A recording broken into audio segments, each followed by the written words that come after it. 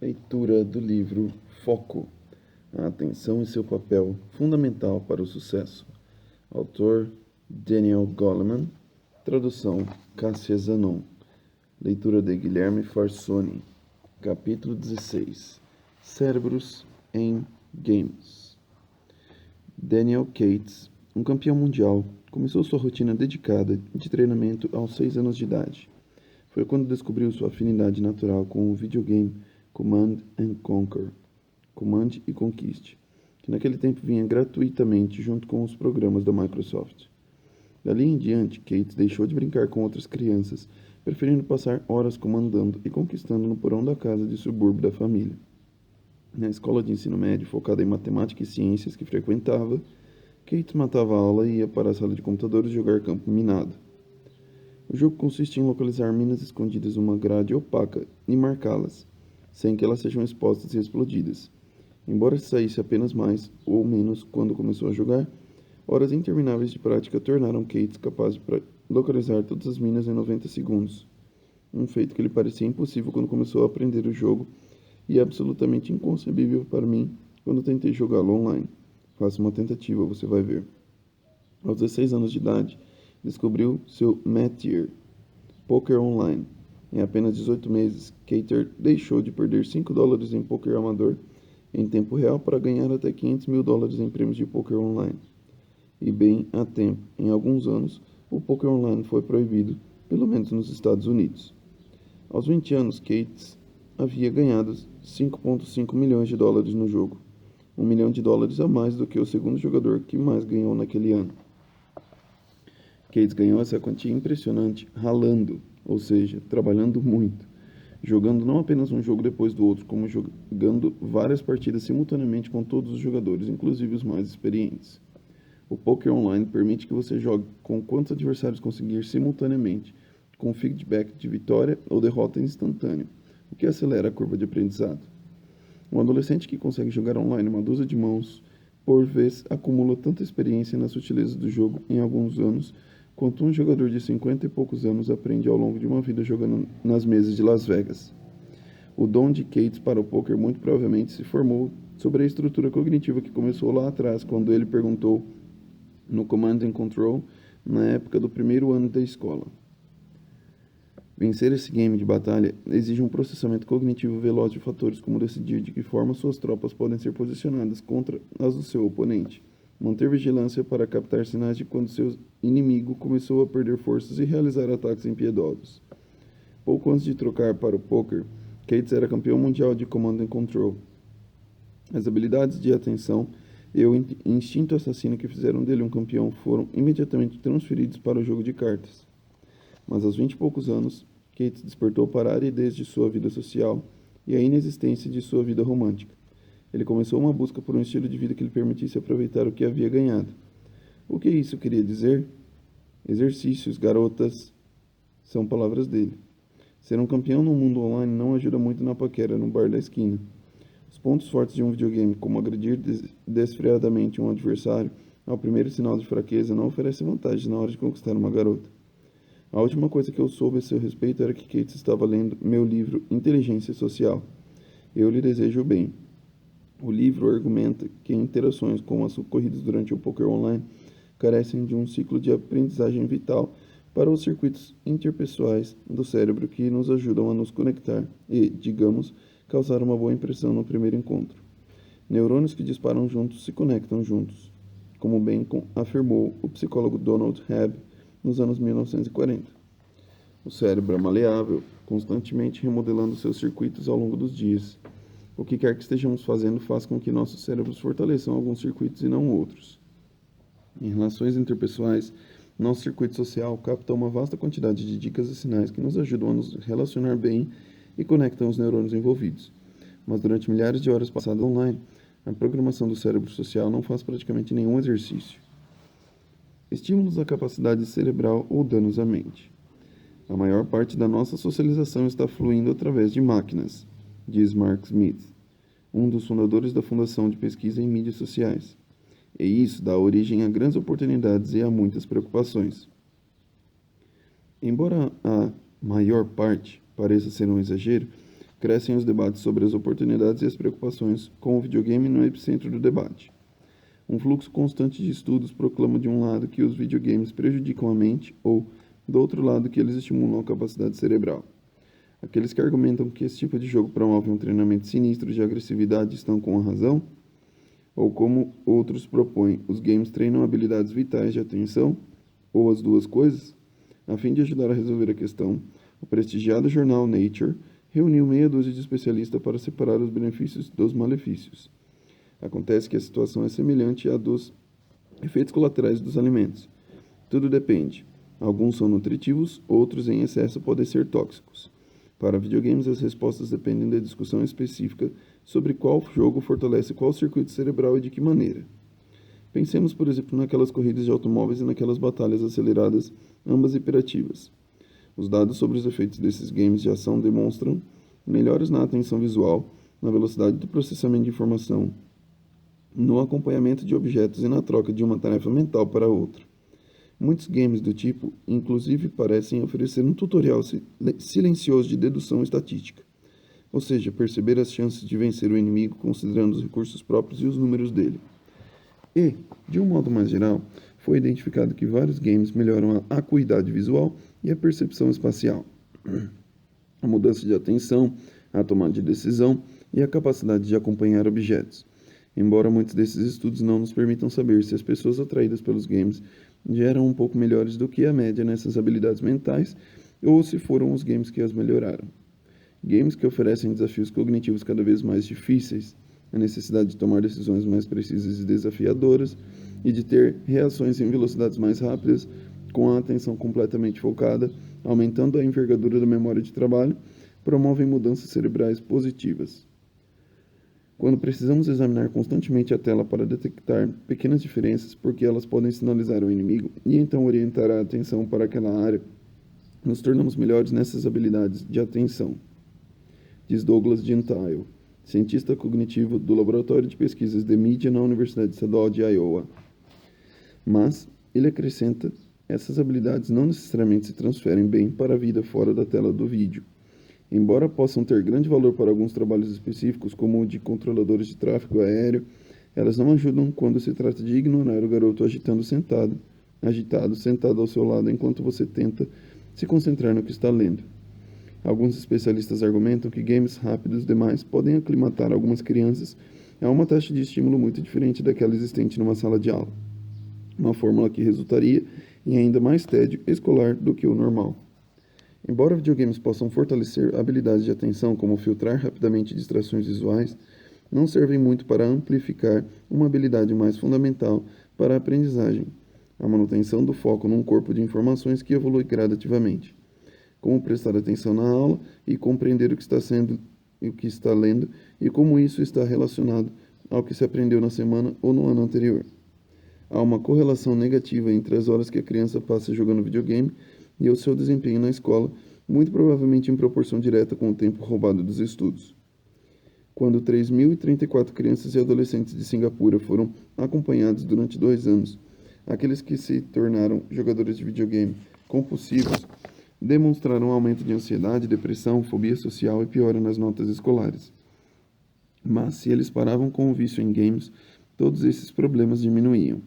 Há também um aspecto negativo de jogar inúmeras horas de games que ajustam o cérebro para uma resposta rápida e violenta. A comissão de especialistas diz que alguns perigos neste quesito têm sido exagerados pela imprensa popular. Games violentos podem aumentar a agressividade de baixo nível, mas os games em si não transformarão uma criança bem educada numa criança violenta. No entanto, quando os games são jogados por crianças que, por exemplo, são vítimas de violência física em casa e dessa forma tendem a ser mais violentas, pode haver uma sinergia perigosa, embora ninguém possa prever com qualquer nível de certeza em qual criança essa química tóxica irá ocorrer. Ainda assim, ao passar horas lutando contra hordas com o objetivo de matar, a criança está compreensivelmente estimulando o viés de atribuição hostil, uma suposição instantânea de que o garoto que lhe deu um encontrão no corredor o está provocando. Igualmente perturbador é o fato de que jogadores de games violentos demonstram menos preocupação quando testemunham pessoas sendo más, como ao fazer bullying. Considerando que a vigilância paranoica que esses games estimulam pode, às vezes, se misturar tragicamente com a agitação e a confusão dos perturbados mentais? Será que queremos alimentar nossos jovens com esse cardápio mental? Um neurocientista me disse que as gerações recentes, criadas com games e coladas a telas de vídeo, representam uma experiência sem precedentes. O modo como seus cérebros se envolvem com a vida plasticamente. Uma diferença maciça em comparação com as gerações anteriores. A questão no longo prazo é o que esses games irão fazer às suas programações neurais e, consequentemente, ao tecido neural. E como isso poderá ou desenvolver novos pontos fortes ou prejudicar um desenvolvimento saudável. No lado positivo, a exigência de que um jogador se mantenha focado apesar das distrações aumenta a função executiva, seja pela pura concentração no momento ou por resistir ao impulso mais tarde. Se acrescentarmos ao mix do game uma necessidade de cooperar e coordenar a ação com outros jogadores, teremos o ensaio de algumas valiosas habilidades sociais. Crianças que jogam games que exigem cooperação se mostram mais prestativas ao longo de um dia. Talvez aqueles jogos puramente violentos do tipo eu contra o mundo pudessem ser repensados de maneira que uma estratégia vitoriosa demandasse ajudar pessoas com problemas e encontrar auxiliares e aliados, não apenas empreender um ataque hostil. Jogos inteligentes. O popular aplicativo Angry Birds seduz milhões de pessoas a acumular bilhões de horas de movimentos concentrados dos dedos. Se neurônios que disparam juntos se conectam juntos, precisamos nos perguntar quais habilidades mentais, se é que há alguma, estão sendo aprimorados quando seu filho ou você mesmo passa todo aquele tempo perdido no Angry Birds. O cérebro aprende e se lembra melhor quando o foco é maior. Videogames focam a atenção e nos fazem repetir movimentos sem parar, de modo que são tutoriais poderosos. Isso apresenta uma oportunidade para o treinamento do cérebro. O grupo de Michael Posner, na Universidade de Oregon, deu 5 dias de treinamento de atenção a crianças de 4 a 6 anos de idade, em sessões com duração de até 40 minutos cada. Em parte do tempo, eles jogaram um game em que usavam um joystick para controlar numa tela um gato que estava tentando pegar pequenos objetos em movimento. Embora essas pouco mais de 3 horas de treinamento pareçam insuficientes para acompanhar uma mudança nas redes neurais de atenção, dados de ondas cerebrais sugeriram uma mudança na atividade dos circuitos de atenção executiva, aproximando-os de níveis vistos em adultos. A conclusão: seria recomendável selecionar crianças com os piores níveis de atenção para esse tipo de treinamento, aquelas com autismo, déficit de atenção e outros problemas de aprendizagem, já que elas parecem ser as que mais se beneficiaram dele. E além de lições paliativas, o grupo de Posner propõe que o treinamento da atenção deveria ser parte da educação de toda criança, melhorando seu aprendizado de um modo geral. Aqueles que, como Posner, veem esses benefícios potenciais no treinamento cerebral, propõem que games projetados especialmente poderiam melhorar de tudo, desde o acompanhamento visual do olho preguiçoso, conhecido tecnicamente como ambliopia, à coordenação motora e visual de cirurgiões. A pesquisa sugere que uma deficiência na rede de alerta está na base do transtorno de déficit de atenção e que problemas de orientação estão relacionados com as fixações do autismo. Na Holanda, garotos de 11 anos de idade com TDAH jogaram um videogame que exigia atenção aumentada. Eles precisavam ficar vigilantes para o surgimento de robôs inimigos, por exemplo, e ficar alertas para quando a energia de seus próprios avatares estivesse ficando muito baixa. Depois de apenas 8 sessões de 1 hora, eles se mostraram mais capazes de se focar apesar de todas as distrações e não apenas enquanto estavam jogando. Nos melhores casos, os videogames são regimes de treinamento controlados realizados de modo altamente motivador, que resultam em duradouras remodelagens funcionais físicas e neurológicas, diz Michael Merzenich, neurocientista na Universidade da Califórnia, em São Francisco, que liderou o design de games com o objetivo de exercitar o cérebro de pessoas mais velhas com déficits neurológicos, como perda de memória e demência. Ben Shapiro, que foi responsável pela descoberta mundial de medicamentos, inclusive para a neurociência, nos laboratórios de pesquisa da Merck, entrou para o conselho de uma empresa que elabora games que aumentam a concentração e minimizam as distrações. Ele vê vantagens no uso de treinamento inteligente em vez da medicação com esses propósitos. Games como esses poderiam diminuir a perda de funções cognitivas chaves com o envelhecimento, diz Shapiro, e acrescenta: se queremos melhorar as vidas mentais das pessoas, devemos trabalhar diretamente com alvos mentais e não moleculares. Medicamentos são uma abordagem pouco precisa, já que a natureza usa as mesmas moléculas para muitos propósitos diferentes. Merzenich não dá muito crédito aos benefícios bastante aleatórios e decididamente ambíguos dos games de mercado, dando preferência a games feitos sob medida para atingir um conjunto específico de habilidades cognitivas.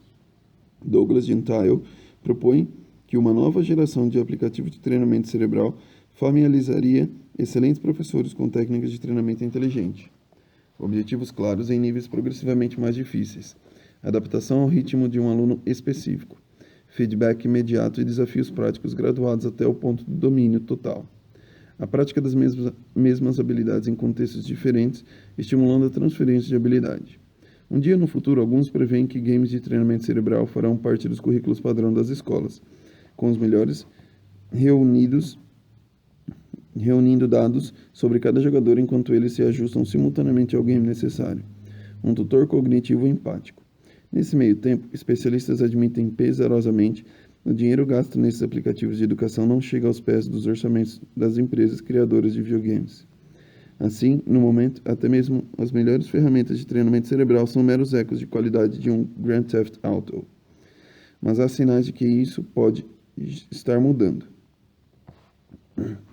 Acabei de ver meus 4 netos, um a um, jogarem a versão beta de um jogo para iPad chamado Tenacity.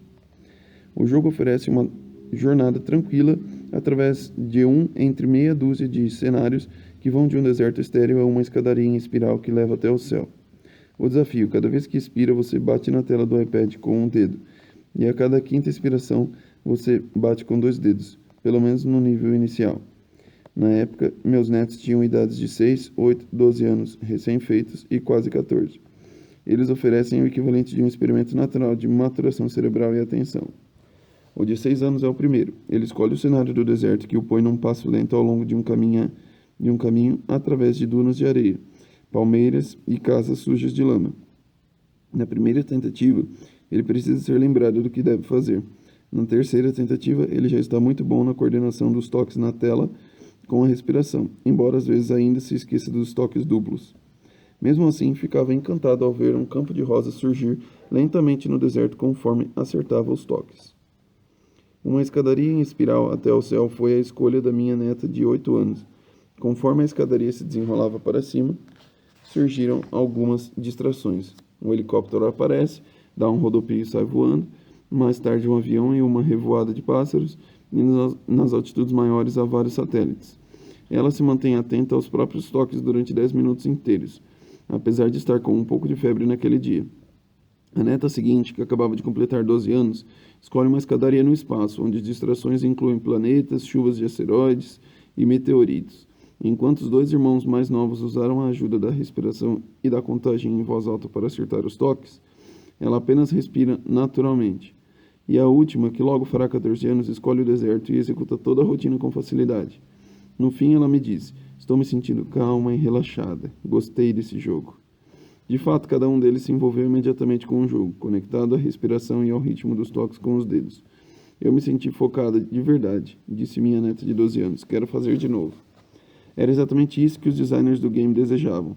Davidson me conta que o Tenacity foi desenvolvido por um grupo premiado de design de games da Universidade de Wisconsin com sua colaboração.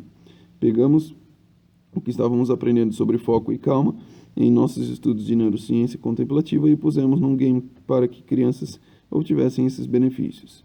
O jogo Tenacity fortalece a atenção seletiva, o bloco de construção de todos os outros tipos de aprendizagem. Ele acrescentou: a autorregulação da atenção permite que nos foquemos em metas explícitas e resistamos às distrações, uma chave para o sucesso em qualquer área. Se conseguirmos criar um game que as crianças querem jogar, ele será uma forma eficiente de treinar a atenção, considerando quanto tempo as crianças passam jogando e como isso ocorre naturalmente para elas, diz Davidson, que lidera o Centro de Investigações para a Mente Saudável na Universidade de Wisconsin. Elas vão adorar fazer o dever de casa.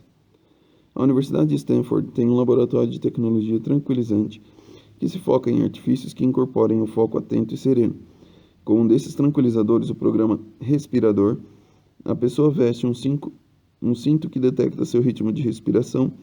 Se uma caixa de entrada lotada provocar o que desenvolver chama de apneia do e-mail, um aplicativo do iPhone o ajuda a realizar exercícios focados que acalmam a sua respiração e a sua mente. O Instituto de Design de Stanford oferece um curso de graduação chamado Design da Calma. Como um de seus professores, Gus Tai, diz, muito da tecnologia do Vale do Silício é orientada para a distração, mas com a tecnologia tranquilizadora estamos nos perguntando como podemos trazer mais equilíbrio para o mundo.